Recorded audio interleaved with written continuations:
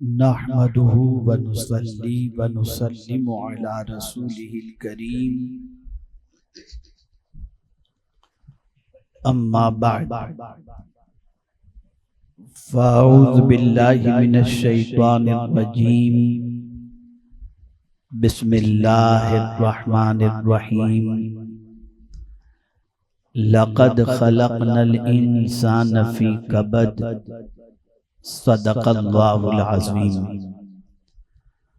الصلاة والسلام علیکہ یا رسول اللہ الصلاة والسلام علیکہ یا حبیب اللہ الصلاة والسلام علیکہ یا نبی اللہ الصلاة والسلام علیکہ یا نور اللہ وعلی آلک واصحابک یا حبیب اللہ صلی اللہ تعالی علیہ وسلم۔ میرے پیارے آقا صلی اللہ تعالی علیہ وسلم کے پیارے دیوانوں اور خواتین اسلام، ہم اور آپ اس وقت تاجدار کربلا امام عالی مقام رضی اللہ المولا تبارک و تعالی عنہ کی بارگاہ میں خراج عقیدت پیش کرنے کے لیے یہاں پر حاضر ہیں، اور میں ملک کے مختلف طول و عرض میں الگ الگ علاقوں میں امام عالی مقام رضی اللہ تعالیٰ عنہ کی حیات طیبہ کے مختلف گوشوں پر گفتگو کرنے کی سعادت حاصل کر رہا ہوں۔ آج ممبئی کے اس جوگیشوری کے علاقے میں حاضر ہوں، اور میں آپ کی توجہ کو امام عالی مقام رضی اللہ تعالیٰ عنہ کی زندگی کے اس گوشے کی طرف مبذول کراؤں گا جس گوشے کی طرف عمومی طور پر مسلمانوں کی توجہ نہیں ہوتی۔ یہ بات اچھی طریقے سے یاد رکھیں کہ امام حسین رضی اللہ المولا تبارک و تعالی عنہ کربلا میں شہید ہونے والے ایک شخص ہی کا نام نہیں، بلکہ امام حسین رضی اللہ تعالی عنہ اس ذات کا نام ہے کہ اگر پورے دین کو کسی ذات کے اندر سما دیا جائے تو اس دین کے علم بردار کا نام ہے، اور دین کے پیکر کا نام ہے امام حسین رضی اللہ تعالی۔ دین کا کوئی پہلو ایسا نہیں ہے جو امام حسین رضی اللہ تعالیٰ عنہ کی زندگی سے چھلکتا ہوا نظر نہ آئے۔ قرآن مقدس میں رب قدیر نے فرمایا یا ایھا الذین آمنوا ادخلوا فی السلم کافہ، اے ایمان والو اسلام میں پورے داخل ہو جاؤ۔ امام حسین کی ذات وہ ذات تھی کہ اگر مکمل اسلام کسی کی زندگی میں دیکھنا ہو تو وہ امام حسین کی ذات تھی۔ اب آئیے میں صرف آج ایک پہلو کی طرف آپ کی توجہ کو مبذول کراؤں گا، زیادہ وقت بھی نہیں لوں گا، مختصر سے وقت میں سمجھا دوں تاکہ آپ اور ہم کردار حسین کے آئینے کے اندر اپنی زندگی کو سمجھ سکیں اور ان کی زندگی سے کچھ راستہ اور کچھ طریقہ حاصل کر سکیں۔ سب سے پہلے تو انسان کو یہ چاہیے کہ اپنے وجود کے بارے میں غور کرے کہ ہم پیدا ہوئے تو کیا ہماری پوزیشن تھی اور ہم کس حال میں پیدا ہوئے۔ اس لیے کہ دنیا کے ہر انسان کی پوزیشن یہ ہے کہ وہ آرام چاہتا ہے، تکلیف گوارا نہیں کرتا۔ دنیا کا ہر انسان مشقت سے بچنا چاہتا ہے، پریشانی سے بچنا چاہتا ہے، مصیبتوں سے بچنا چاہتا ہے، تکلیف سے بچنا چاہتا ہے لیکن وہ اپنی ابتدائی زندگی کے بارے میں غور نہیں کرتا، وہ اپنی پیدائش کے بارے میں غور نہیں کرتا، وہ اپنی ماں کے پیٹ میں رہنے والے ایام کے بارے میں غور نہیں کرتا۔ قرآن کہتا ہے لَقَدْ خَلَقْنَا الْإِنسَانَ فِي كَبَدٍ، بے شک ہم نے انسان کو مشقت میں رہتا ہوا پیدا کیا۔ یعنی ایک انسان اس دنیا میں آتا ہے، اس کے آنے سے پہلے مشقت ہی کا سلسلہ ہے، تکلیف ہی کا سلسلہ ہے، پریشانی ہی کا سلسلہ ہے۔ آپ ذرا دیکھیں، ایک بچہ ماں کے پیٹ میں قرار پا جاتا ہے تو اس کے لیے لفظ بھی قرآن شریف کے اندر جو آیا وہ حمل آیا، حمل قرار پا گیا۔ حمل کے معنی ہوتا ہے بوجھ اٹھانے والا۔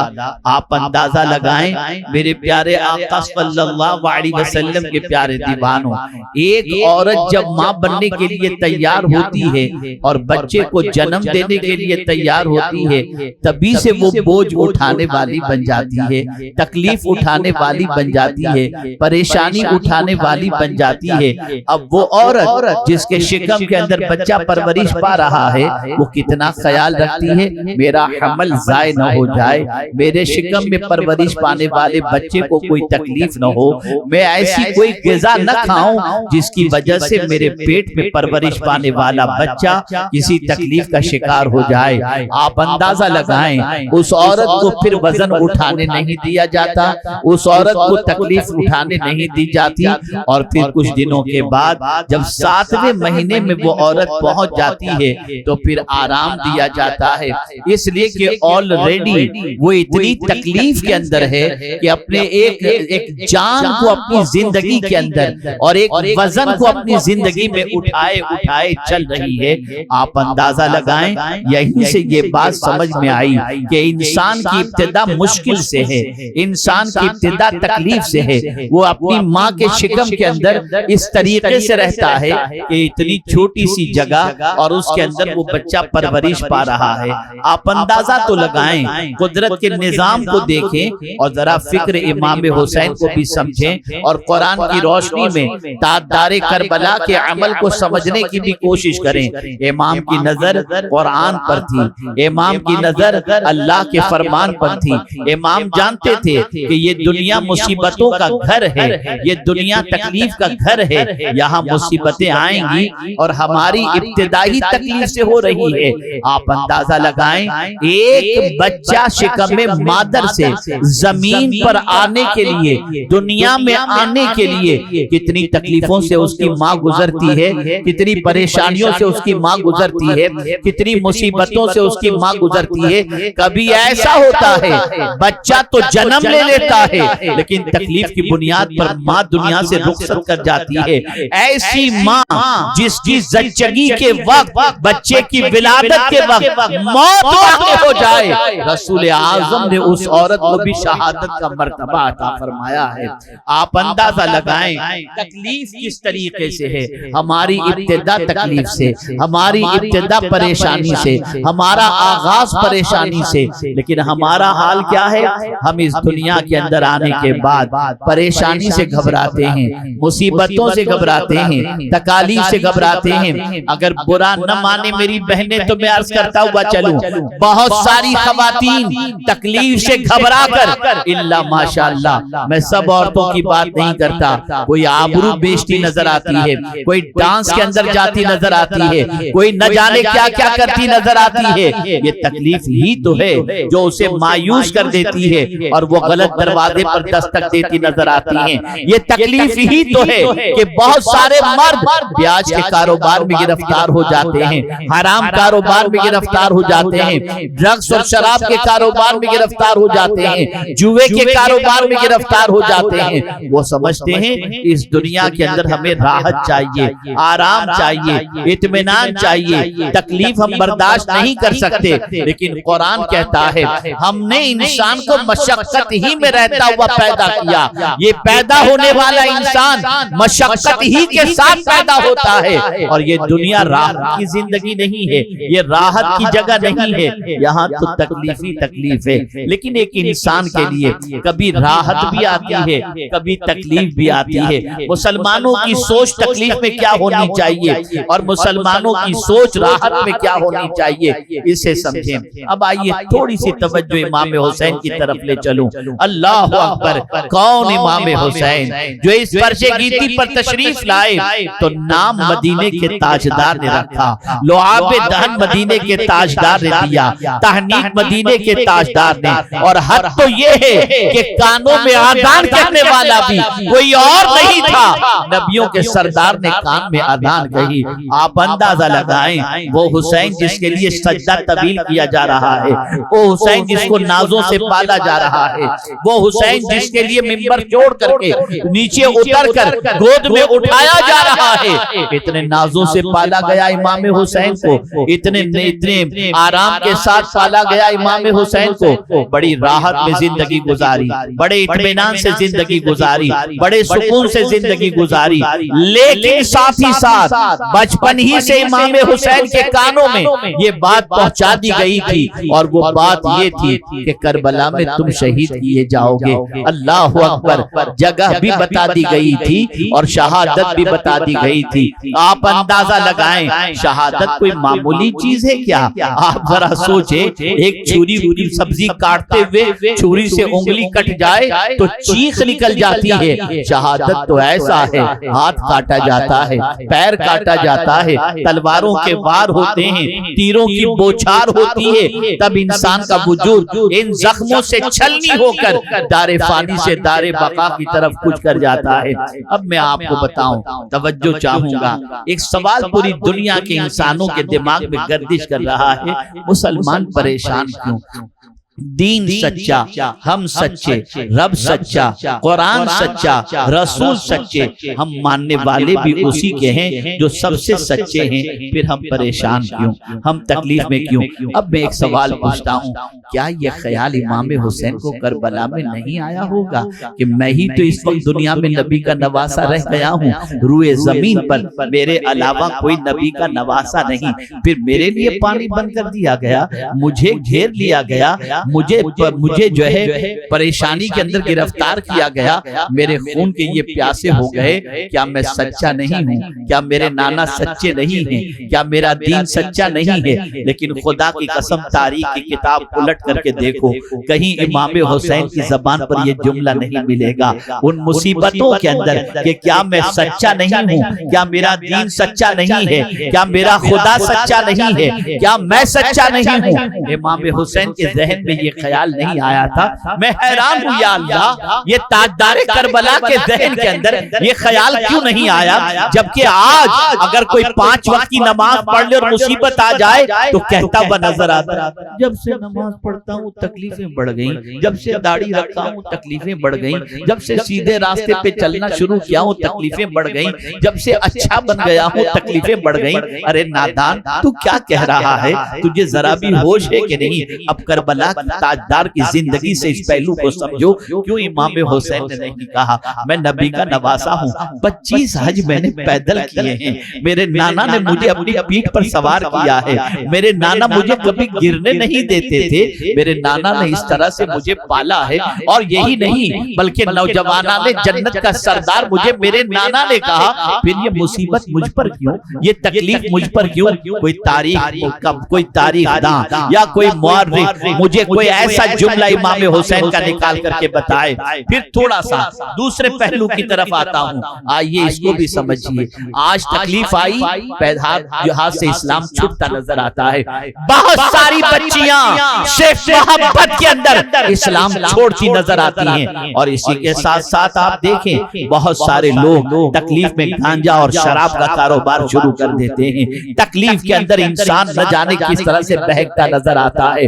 میں ایک سوال پوچھنا چاہتا ہوں، لاؤ دنیا میں کوئی ایسی تکلیف کا گرفتار جیسے امام حسین کے، امام حسین کے لیے پانی بند کر دیا گیا، بچے شہید کر دیے گئے، اتنی تکلیفوں کے باوجود کوئی ایک بات مجھے ایسی ثابت کر دے کہ امام حسین کا پیر دین سے تھوڑا سا بھی ہٹا ہو، نہیں، سب کچھ تکلیفیں برداشت ہیں، لیکن دین کا دامن ہاتھوں سے چھٹنے نہ پائے۔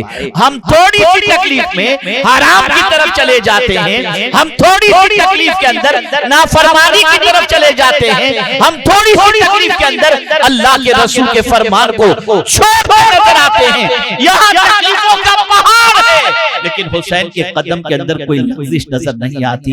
یا اللہ یہ امام حسین کو مرتبہ اور یہ استقامت نصیب کیسے ہوئی، بس اسی کو میں تھوڑی دیر سمجھاؤں گا۔ طبیعت کے اندر تھوڑی سی تھکاوٹ اور نقاہت ہے، میں تفصیل کے ساتھ نہیں لیکن مختصر میں آج آپ کو ایک فکر دینا چاہوں گا۔ یہ دنیا تکلیف کے لیے ہے اور یہ بات ذہن میں رکھیں، ہمارا اسٹارٹ ہی تکلیف سے ہوا ہے، ہماری ابتدا تکلیف سے۔ ہم شکم میں مادر میں گئے تو ماں کو تکلیف، ماں ہمارا بوجھ اٹھا رہی ہے، دنیا میں آئے تو ماں کو تکلیف، دنیا میں آئے تو تکلیف، ہر چیز کے اندر تکلیف۔ یہ دنیا مشقتوں کی جگہ ہے، راحت کی جگہ نہیں۔ اگر راحت کی جگہ ہے تو بس ایک ہی ہے اور وہ ہے جنت، جہاں کوئی ٹینشن اور تکلیف ہے ہی نہیں، کوئی تکلیف نہیں۔ جس دنیا میں ہم راحت تلاش کر رہے ہیں یہ تکلیفوں کی جگہ ہے، راحت کی جگہ تو جنت ہے۔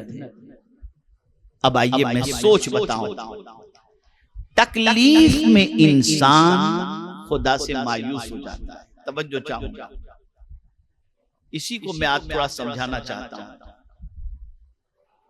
وَلَئِنْ أَذَقْنَا الْإِنسَانَ مِنَّا رَحْمَةً ثُمَّ نَزَعْنَاهُ مِنْهُ إِنَّهُ لَيَئُوسٌ كَفُورٌ، یہ قرآن کہہ رہا ہے۔ اگر ہم انسان کو رحمت کا کچھ مزہ چکھا دیں، توجہ چاہوں گا، اللہ فرماتا ہے ہم انسان کو رحمت کا، نعمت کا کچھ مزہ چکھا دیں۔ ہم کچھ نہیں تھے، آپ جہاں پر اس وقت رہ رہے ہیں، آپ کا علاقہ آپ بہتر جانتے ہیں، اللہ نے نواز دیا، اور نوازنے کے بعد آپ اس علاقے سے نکلے اور باندرا بینڈ اسٹینڈ پر رہنے کے لیے چلے گئے، تو اللہ نے رحمت کا مزہ چکھا دیا آپ کو، کچھ نہیں تھا اٹھا کر کہیں پہنچا دیا پہلے سے بہتر جگہ پر۔ پھر کیا ہوا؟ پھر کیا ہوا؟ ثم نزعناها منه، پھر وہی رحمت اللہ نے ان سے چھین۔ توجہ چاہوں گا، اللہ نے دی تھی نعمت، دی تھی رحمت، پھر اس نے چھین لیا، تو کیا ہوا؟ انہو لیئوس کفور، تو بے شک وہ مایوس بھی ہو گیا اور ناشکرا بھی ہو گیا۔ یہ سچویشن انسان کی ہوتی ہے، آپ جواب دیں، میں سمجھو میری بات آپ سمجھ رہے ہیں، ہے نا؟ ہوتی ہے نا؟ ایک انسان جو راحت کی زندگی میں آ چکا ہو، بنگلوں میں رہنے کا عادی ہو، بلکہ میں تازہ ترین واقعہ آپ کو بتاؤں، ایک بچی جو دبئی میں رہنے والی تھی، بڑے باپ کی بیٹی تھی، ممبئی کے اندر ایک بڑے باپ کے بیٹے کے ساتھ اس کی شادی ہوئی، ارینج میرج ہوا، کروڑوں کا اس میں خرچ ہوا، لیکن یہاں جو بڑے باپ کا بیٹا رہتا تھا اس کا مکان اتنا بڑا نہیں تھا جتنا دبئی کے اندر اس بچی کے لیے مکان تھا۔ بچی چند دن رہنے کے بعد کہتی ہے میں ایسے چھوٹے سے گھر میں نہیں رہ سکتی، یہ چھوٹا سا نہیں تھا، کئی ہزار اسکوائر فٹ کا گھر تھا، لیکن بچی کہتی ہے میں تو بڑے بنگلوں میں رہنے کی عادی ہوں، میں یہ چھوٹے گھر میں نہیں رہ سکتی، مجھے کھلا دے دو، اور کھلا لے کر کے وہ چلی گئی۔ انسان کی فطرت ہے، جب اس کی عادت آسائش پہ رہنے کی ہو جائے، جب آرام سے رہنے کی ہو جائے، جب نعمتوں میں پلنے کی ہو جائے، جب راحت میں پلنے کی ہو جائے، پھر وہ انسان تکلیف کی طرف جب پلٹایا جاتا ہے تو اس کی کیفیت وہ تکلیف برداشت کرنے کی نہیں ہوتی، اور نہ وہ برداشت کرنے کی کیپیسٹی رکھتا ہے، اور وہیں سے اس کے قدم ڈگمگانے شروع ہو جاتے ہیں۔ بتائیے یہ بات صحیح ہے یا غلط ہے نا؟ اسی لیے تکلیف سے راحت کی طرف تو آنا آسان ہے، لیکن راحت سے تکلیف کی طرف بہت مشکل ہے۔ اسی لیے دنیا کہتی ہے اے اللہ جو نعمت تو نے دی ہے نا اب چھیننا نہیں، دعا کی جاتی ہے ایک آدمی کے لیے غریبی سے امیری کی طرف آنا یہ تو اچھا لگتا ہے، لیکن امیری سے غریبی کی طرف آنا اس میں قدم ڈگمگا جاتے ہیں، راستے کی طرف چلنا مشکل ہوتا ہے، قدم پھسل جاتے ہیں۔ اب آئیے میرے امام کی زندگی، اب امام حسین کو دیکھیں آپ، کیسی نعمتوں کا مزہ اللہ نے چکھایا کہ مدینے کی گلیوں سے گزر جائیں تو دنیا استقبال کے لیے تیار۔ امام حسین کسی پر نظر ڈال دیں تو وہ اپنی معراج سمجھیں۔ امام حسین کے لیے کسی نعمت کی کمی نہیں، جنت سے ان کے لیے نعمتیں آ جائیں۔ امام حسین کے لیے حضور خود سواری بن جائیں اور تاجدار کربلا میں اپنے نانا کے پیٹھ پر سوار ہوتے ہوئے نظر آئیں، حضور ان کے لیے سجدہ طویل کر دیں، صحابہ ان سے محبت کریں، صدیق اکبر ان سے محبت کریں، حضرت ابو ہریرہ ان سے محبت کریں، مولا کائنات ان سے محبت کریں، اور اسی کے ساتھ فاروق اعظم ان سے محبت کریں، حضرت عثمان غنی ان سے محبت کریں، سارے صحابہ امام حسین سے محبت کریں۔ اتنے نازوں میں پلے ہوئے امام حسین کہ حضرت امیر معاویہ رضی اللہ تعالی عنہ اشرفیوں کی تھیلیوں کی تھیلیاں بھری ہوئی امام حسین کی بارگاہ میں تحفے کے اندر بھیجیں۔ اب میں آپ سے پوچھتا ہوں، اس نازوں میں پلے ہوئے امام حسین جب کربلا میں تکلیف کے اندر گرفتار ہوئے ہوں گے، کیا سچویشن رہی؟ سمجھو کیا پیغام ہے کربلا کا، کیا سبق ہے امام حسین کا۔ ایک مزاج دیا تاجدار کربلا نے، نعمتیں دینے والا بھی خدا ہے اور ان نعمتوں کو لینے والا بھی خدا ہے، دونوں چیزیں خدا کی طرف سے۔ لیکن مجھے تاریخ کے اندر کوئی ایک جملہ ایسا بتا دے کوئی شخص کہ امام حسین اپنے رب سے مایوس ہوئے اور اپنے رب کی ناشکری کا کوئی جملہ اپنی زبان سے انہوں نے کہا نہیں، قطعی طور پر نہیں، اس لیے کہ وہ جانتے تھے کہ مایوس مومن نہیں ہوتا۔ اللہ نے واضح طور پر فرما دیا ہے، کون مایوس ہوتا ہے؟ کربلا میں ایسی امتحان کی گھڑی کے موقع پر بھی امام حسین مایوس نہیں ہوتے، کیوں؟ اس لیے کہ وہ جانتے تھے انہو لا ییأس من روح اللہ الا القوم الکافرون، او کما قال۔ امام حسین قرآن کی اس آیت کو جانتے تھے کہ اللہ سے مایوس کافر ہی ہوا کرتا ہے، جو مومن ہوتا ہے وہ اللہ کی طرف سے ہر حال کے اندر اللہ کا شکر بجا لاتا ہے، اللہ سے ناراض نہیں ہوتا، اللہ سے مایوس نہیں۔ امام حسین ایسی سچویشن کے اندر بھی ہے کسی پر آج ایسی تکلیف کی پوزیشن، پھر کیوں کہتے ہو کہ اللہ ہم سے ناراض ہو گیا ہے؟ پھر کیوں غلط راستے کی طرف سے قدم اٹھاتے ہو؟ کیا کوئی مصیبت کربلا کی مصیبت سے بڑھ کر ہے؟ اور جب نہیں تو ایسی مصیبت میں امام حسین نے ہمیں کیا درس دیا؟ ایک ہی درس دیا، یہ دنیا تکلیفوں کی جگہ ہے، یہ دنیا مصیبتوں کی جگہ ہے، یہ دنیا پریشانیوں کی جگہ ہے۔ ارے میاں پریشانی تو اس وقت بھی ختم نہیں ہوتی جب ہم مر جاتے ہیں، مرنے کے بعد بھی پریشانی کا معاملہ یہ ہے کہ جب تک کہ 4 آدمی اپنے کاندھے پر اٹھا کر قبرستان نہ پہنچائیں تب تک تو ہم قبرستان کے اندر بھی نہیں جا پاتے۔ اور ہماری پریشانی کا حال یہ ہے کہ پیدا ہوئے تب بھی خود سے نہا نہیں سکتے تھے، ہمیں کسی نے غسل دیا، اور مر گئے تب بھی ہم اپنے ہاتھ سے غسل نہیں کر سکتے، کوئی دوسرا ہمیں نہلائے گا تبھی تو ہم نہائیں گے۔ یہ تو ہماری پریشانی کا حال ہے، لیکن پھر بھی ہماری کیفیت یہ ہے کہ ہم اس دنیا کے اندر راحت تلاش کرتے ہیں، اور قرآن کہتا ہے کہ ہم نے مشقت میں ان آدمی کو پیدا کیا، مشقت کیا۔ تو ایک سوچ کربلا کے تاجدار نے عطا فرمائی، اور وہ سوچ کیا ہے؟ قرآن کی سوچ، قرآن کی فکر۔ آج اگر پریشانیاں آئیں اللہ سے ناراض مت ہو جاؤ، یہ نہ کہو کہ پروردگار تم نے ہمیں چھوڑ دیا، یہ نہ کہو کہ مولا اب ہم کہاں جائیں، مایوس مت ہو جاؤ، اس لیے کہ قرآن کہتا ہے وَمَن يَقْنَطُ مِن رَحْمَتِ رَبِّهِ إِلَّا الضَّالُّونَ، اللہ کی رحمت سے گمراہ ہی مایوس ہوتا ہے، جو مومن ہوتا ہے وہ اللہ کی رحمت سے کبھی مایوس نہیں ہوا کرتا۔ امام حسین نے یہی درس دیا، اے میرے ماننے والوں، اے مجھ سے محبت کرنے والوں، اے میرا درس سننے والوں، اے میری زندگی کی یاد منانے والوں، میری زندگی کا یہ پیغام بھی تم سن لو کہ مصیبت آئے یا تکلیف آئے، رب کی شکایت نہ کرنا اور رب سے ناراض مت ہونا اور رب سے مایوس مت ہونا۔ مایوس مومن کبھی نہیں ہوا کرتا، مایوس تو گمراہ ہوا کرتا ہے، کافر ہوا کرتا ہے۔ اے رسول اعظم صلی اللہ علیہ وسلم کے دیوانوں، یہ دنیا دارالابتلاء ہے، یہ دنیا امتحان کی جگہ ہے، اللہ امتحان لے رہا ہے، تنگدستی کے ذریعے امتحان لیتا ہے۔ ذرا بندے سے مال چھین کر کے تو دیکھو مجھے یاد کرتا ہے کہ نہیں کرتا، ذرا مال دے کر تو دیکھو مجھے یاد رکھتا ہے کہ بھول جاتا ہے۔ تو ہم اور آپ دیکھیں گے کہ اللہ عز و جل جب اس قسم کا امتحان لیتا ہے تو ثابت قدمی بہت مشکل ہو جاتی ہے۔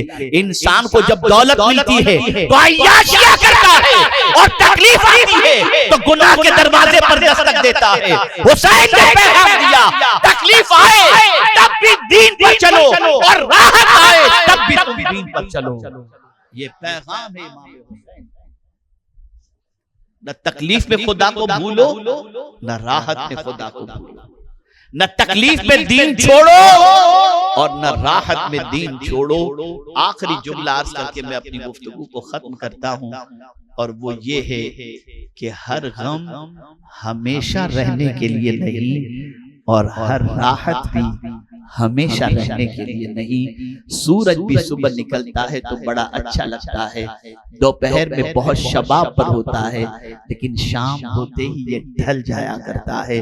ایسے ہی انسان پیدا ہوتا ہے، جوان ہوتا ہے، پھر وہ چلا جاتا ہے۔ یہ دنیا کے اندر غم اور راحت دونوں چیزیں موجود ہیں، کبھی غم اللہ کی طرف سے آئے گا، کبھی راحت اللہ کی طرف سے، لیکن ان دونوں سچویشن کے اندر ہمیں جو حکم ہے وہ یہی ہے، نہ اللہ سے مایوس ہو اور نہ قدم دین سے ہٹاؤ، ہر حال کے اندر دین پر ثابت قدم رہو۔ جیسا کہ کربلا کے تاجدار راحت کی زندگی اتنی لمبی انہوں نے گزاری اور تکلیف کی زندگی ان کی مختصر سی تھی، لیکن اس تکلیف کے اندر بھی سجدہ نہیں چھوٹ رہا، اس تکلیف کے اندر بھی شریعت نہیں چھوٹ رہی، اس تکلیف کے اندر بھی تلاوت نہیں چھوٹ رہی، اس تکلیف کے اندر بھی اپنے رب سے مایوس نظر نہیں آتے۔ مسلمانوں یاد رکھو کربلا کا سانحہ اتنا بڑا سبق ہے کہ ایک انسان پوری زندگی گزارنے کے لیے اگر امام عالی مقام کی حیات طیبہ کے مختلف گوشوں کو پڑھے تو میں سمجھتا ہوں اس کا زندگی گزارنا اس کے لیے آسان ہو جائے گا۔ اے رسول اعظم صلی اللہ علیہ وسلم کے دیوانوں، لیکن ہماری سچویشن بڑی مختلف سچویشن ہے، ہمارا حال بڑا مختلف حال ہے، ہمارا معاملہ ایسا ہے کہ ہم تو صرف راحت کے متلاشی ہیں، کانٹا بھی چپ جائے تو شکایت کا پہاڑ کھڑا کر دیتے ہیں۔ نہیں نہیں، یہ دنیا دارالابتلاء ہے، تکلیفیں آئیں گی، اور قربان جائیے مسلمانوں کے لیے تو اللہ نے اتنا گولڈن چانس عطا فرمایا ہے اور اتنا گولڈن ارشاد فرما دیا ہے، تکلیف میں صبر کرو تو اجر ملے گا، نعمتوں پر شکر کرو تو بھی تمہیں اجر ملے گا۔ تو تکلیف کو بھی اللہ کے رسول صلی اللہ علیہ وسلم نے صبر کے ذریعے اجر کا ذریعہ بنا دیا، بلکہ حضور صلی اللہ علیہ وسلم فرماتے ہیں اگر کسی کے جوتے کے تسمے ٹوٹ جائیں اس پر بھی جو تکلیف ہوتی ہے اللہ اس سے بھی اس بندے کے گناہوں کو معاف کر دیا کرتا ہے۔ آپ اندازہ لگائیں یہ تکلیف ہمیں گناہوں سے مٹانے کے لیے آتی ہے، اور اللہ والوں پر تکلیف ان کے درجات کی بلندی اور ان کے مقام کو دنیا کے سامنے بتانے کے لیے آتا ہے۔ آپ یاد رکھیں امام حسین رضی اللہ تعالیٰ عنہ نے جو سب سے بہت سارے دروس ان کی زندگی سے ہمیں میسر ہوتے ہیں، ان میں سے آج کی اس پروگرام کے اندر جو درس مجھے آپ کو دینا ہے امام حسین کی زندگی سے، وہ درس یہ ہے، خاص طور پر ذہن کے اندر محفوظ کر لیں، تکلیف میں بھی شریعت کا دامن نہیں چھوڑنا اور راحت میں بھی شریعت کا دامن نہیں چھوڑنا۔ جب بہت نعمتیں امام حسین پر تھی تو 25 پیدل حج کیے، اور پہچان امام حسین نے اپنی یہ بنائی کہ جب حضرت امیر معاویہ رضی اللہ تعالیٰ عنہ سے کسی نے پوچھا کہ مدینے میں جا کر اگر نواسے رسول امام حسین کو پہچاننا ہو تو کیسے پہچانے، تو یہ حضرت امیر معاویہ نے جواب میں ارشاد فرمایا تھا، جب تم مسجد نبوی شریف میں جاؤ اور دیکھو کہ کسی نوجوان کی پیشانی سے نور چمک رہا ہے اور اس کی نگاہیں جھکی ہوئی یاد الہی میں مصروف ہیں، تو سمجھ لینا یہ نورانی چہرے والا کوئی اور نہیں، نبی کا نواسا حسین ہی ہوگا۔ پتہ چلا ایک آئیڈینٹی تھی۔ راحت کی زندگی میں جو لوگ خدا کے دین کو بھول جاتے ہیں، عیاشیاں کرتے ہیں، شادیوں میں اللہ کی دی ہوئی نعمت کا غلط استعمال کرتے ہیں، خوشی کے اندر آوارگی کرتے ہیں، انہیں سبق امام حسین کی زندگی سے حاصل کرنا چاہیے کہ تمہیں جتنی بھی نعمتیں ملیں، ان نعمتوں کے ملنے پر بھی تمہارا قدم دین سے نہیں ہٹنا چاہیے، قرآن سے نہیں ہٹنا چاہیے، اور جب تمہیں تکلیف بھی آئے تو تکلیف کے اندر بھی تمہارا قدم دین سے نہیں ہٹنا چاہیے۔ یہ سب سے بڑا پیغام کربلا کے تاجدار امام حسین رضی اللہ تعالیٰ عنہ کی طرف سے آج ہمیں نصیب ہو رہا ہے۔ میں یہ سمجھانے کے لیے حاضر ہوا ہوں، علاقے کی مناسبت سے میں نے اس آیت کریمہ کا انتخاب کیا، اور میں نے سوچا حیات امام حسین سے میں اس پہلو پر آپ کی توجہ کو مبذول کرا کر میں یہاں کے بسنے والوں کو خاص طور پر یہ بتا سکوں کہ آج کے بعد یہ چیز ذہن کے اندر محفوظ کر لو۔ پہلی چیز، 3 سبق آج آپ کو یاد رکھنے ہیں کہ اس دنیا میں ہم آئے ہیں تو تکلیف ہے ہی اور ہے۔ پہلی چیز۔ دوسری چیز، امام حسین نے ہمیں یہ درس دیا کہ تکلیف میں بھی خدا سے مایوس نہیں ہونا اور قدم کو اسلام سے ہٹانا نہیں۔ اور تیسرا درس کہ راحت جب تمہیں اللہ دے، نعمت دے، تو اللہ کے ارشاد کے خلاف تمہیں زندگی نہیں گزارنا، تمہیں اللہ کی یاد زیادہ سے زیادہ کرنا ہے اور شریعت پر زیادہ سے زیادہ عمل کرتے ہوئے زندگی گزارنا ہے۔ اگر میں 2-3 گھنٹے کی تقریر کروں، جبکہ میں اتنی طاقت رکھتا نہیں، نہ میرے پاس اتنا علم ہے، اور کوئی بات بھی ذہن میں نہ بیٹھے تو اس سے کوئی فائدہ نہیں، لیکن اگر اتنی بات جتنی میں نے قرآن کی روشنی میں آپ کی سماعتوں کے حوالے کی، اگر اسی کو آپ نے اپنے دماغ کے اندر بٹھا لیا تو سن لو، امام حسین کی بارگاہ کے اندر اس سے بڑا خراج عقیدت کوئی دوسرا ہے ہی نہیں کہ تم طریقے امام حسین پر چلو۔ اگر امام حسین کے طریقے پر تم چل پڑے اور اسی راہ پر تم نے اختیار کیا تو امام حسین راضی ہو جائیں گے کہ یہ میرا صحیح معنوں میں غلام ہے، اور وہ ایسے آقا ہیں کہ ان کے نقش قدم پر اگر کوئی چلے تو وہ تنہا جنت میں نہیں جائے گے، اپنے ماننے والے کو اپنے ساتھ لے کر جنت میں جائیں گے۔ اللہ رب العزت جل جلالہ آقا کریم رؤوف الرحیم علیہ التحیۃ والتسلیم کے صدق و طفیل ہم سب کو امام حسین کی سیرت پر نقش قدم پر چلنے کی توفیق عطا فرمائے، اور اللہ عز و جل خوشی میں اور غم میں اپنے رب سے ناراض نہ ہو کر ہمیں اپنے رب کے فرمان پر عمل کرتے ہوئے زندگی گزارنے کی توفیق عطا فرمائے۔ اور یہ بات ذہن میں رکھو کہ یہ دنیا تکلیف ہی کی جگہ ہے، یہاں راحت تلاش کرو گے تو کبھی نصیب میں ہوئی تو مل جائے گی، ورنہ تکلیف اگر آئے تو اللہ سے مایوس بھی نہیں ہونا، برداشت کرو، صبر کرو، اور کوئی تکلیف آج کے دور کے مسلمانوں پر امام حسین کی تکلیف سے بڑھ کر کے تکلیف نہیں ہے۔ لیکن قربان جائیے اتنے نازوں میں پلے ہوئے امام حسین، اتنی اتنی تکلیف کے اندر بھی اپنے رب سے کتنے خوش تھے کہ سجدے میں جان دے کر اپنے رب سے عرض کرتے ہیں مولا اگر تجھے سجدہ پسند ہے تو حسین اس حال میں بھی سجدہ نہیں چھوڑے گا. یہ سجدہ کر کے انہوں نے بتایا.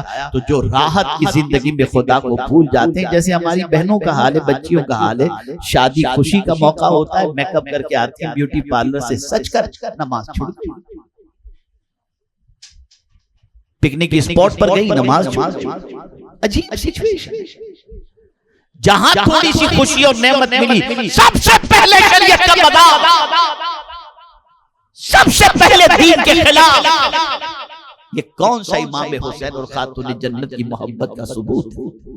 بدلو اپنی سوچ کو، بدلو اپنے افکار و نظریات کو، بدلو اپنے خیالات کو. اللہ رب العزت جل جلالہ آقا کریم رؤوف الرحیم علیہ التحیۃ والتسلیم کے صدق و طفیل مجھے آپ کو سب کو تاجدار کربلا کے نقش قدم پر چلنے کی توفیق عطا فرمائے.